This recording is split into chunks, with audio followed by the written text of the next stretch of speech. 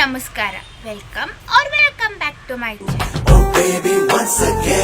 ಎಲ್ಲರಿಗೂ ಮಕರ ಸಂಕ್ರಾಂತಿ ಹಬ್ಬದ ಆರ್ಥಿಕ ಶುಭಾಶಯಗಳು. ಎಳ್ಳು ಬೆಲ್ಲ ತಿಂದು ಒಳ್ಳೆ ಮಾತಾಡೋಣ, ಒಳ್ಳೆ ರೀತಿ ಎಲ್ಲರಿಗೂ ಇರೋಣ ಅಂತ ಹೇಳ್ತಾ ಈ ವ್ಲಾಗ್ ಫ್ಯಾಮಿಲಿ ಜೊತೆ ನಾವು ಹೇಗೆ ಸಂಕ್ರಾಂತಿ ಹಬ್ಬ ಮಾಡ್ತೀವಿ, ಹೇಗಿರುತ್ತೆ ದಿನ ಅನ್ನೋದ್ರ ಬಗ್ಗೆ ಆಗಿರುತ್ತೆ. ನೋಡಿ, ಎಂಜಾಯ್ ಮಾಡಿ. ಸಂಕ್ರಾಂತಿ ಬಂತು ಮನಸ್ಸಲ್ಲಿ ಮನಸ್ಸು ಬಿತ್ತೋ ಬಿತ್ತೋ ಎಳ್ಳು ಬೆಲ್ಲ ತೀರಾಯಿತು ಕೊಟ್ಟು ತಗೋ ಮಾತಾಯಿತು.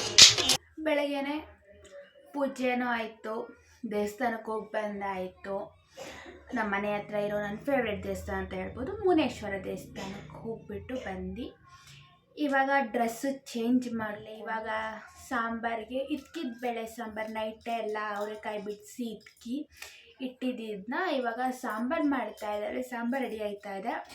ಇಟ್ಕಿದ ಬೇಳೆಯಲ್ಲಿ ಫ್ರಿಜ್ಜಲ್ಲಿ ಐತೆ ಇಟ್ಕಿದ ಬೇಳೆ ಸಾಂಬಾರು ಸ್ಪೆಷಲ್ ಹೇಳವ.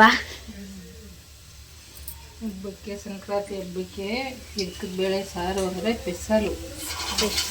ಹಬ್ಬಾಗಿ ಮಾಡೋದು ಇಟ್ಕಿನ ಬೇಳೆ ಸಾರು, ಕಾಳು ಇದ್ಕಿ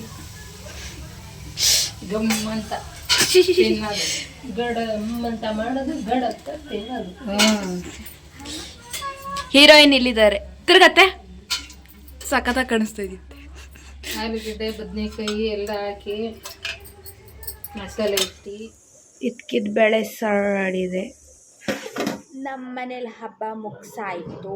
ಹಬ್ಬ ಅಂದರೆ ಊಟಕ್ಕೆ ಅಡುಗೆ ಮಾಡಿದ್ರು, ವಿಡಿಯೋ ಮಾಡಿಕೊಂಡು ನಾನು ಚಿಕ್ಕಮ್ಮ ಮನೆಗೆ ಬಂದೆ. ಇವಾಗ ಚಿಕ್ಕಮ್ಮ ಮನೇಲಿ ಹೂಕೋಸು ಎಲ್ಲ ಹಾಕಿ ಇಟ್ಕಿದ ಬೇಳೆ ಸಾಂಬಾರು ಅನ್ನ ಮಾಡಿದ್ದಾರೆ. ಅಲ್ಲಿ ತಿನ್ಕೊಂಡು ಪೂಜೆ ಮಾಡಬೇಕು. ಚಿಕ್ಕಮ್ಮ ಮನೇಲಿ ಪೂಜೆ ಮುಗಿಸಿ ಏನು ಮಾಡ್ತೀವಿ ಅಂತ ನೋಡೋಣ. ಸ್ವಾಮಿ ಅಯ್ಯಪ್ಪ ಸ್ವಾಮಿ ಅಯ್ಯಪ್ಪ ಶರಣಮ್ಮಯ್ಯಪ್ಪ ತಂದೆ ಶರಣಮ್ಮಯ್ಯಪ್ಪ. ಮನೇಲಿ ಪೂಜೆ ಎಲ್ಲ ಮುಗಿಸಿ ಕಬ್ಬೆಲ್ಲ ತಿಂದು ನಾವು ಜ್ಯೋತಿ ಬೆಳಗದ್ನ ಅಯ್ಯಪ್ಪ ಸ್ವಾಮಿ ದೇವಸ್ಥಾನದಲ್ಲಿ ಟಿವಿಲೇ ನೋಡಿ ಖುಷಿ ಪಟ್ವಿ. ಇದಾಗಿತ್ತು ನಮ್ಮ ಸಂಕ್ರಾಂತಿ ವ್ಲಾಗ್. ಇಷ್ಟ ಆಗಿದ್ರೆ ಲೈಕ್, ಶೇರ್, ಕಮೆಂಟ್ ಮಾಡೋದನ್ನ ಮರಿಬೇಡಿ. ಸಬ್ಸ್ಕ್ರೈಬ್ ಮಾಡ್ಕೊಳ್ಳಿ ಅಂತ ಹೇಳ್ತಾ ಥ್ಯಾಂಕ್ ಯು ಫಾರ್ ವಾಚಿಂಗ್.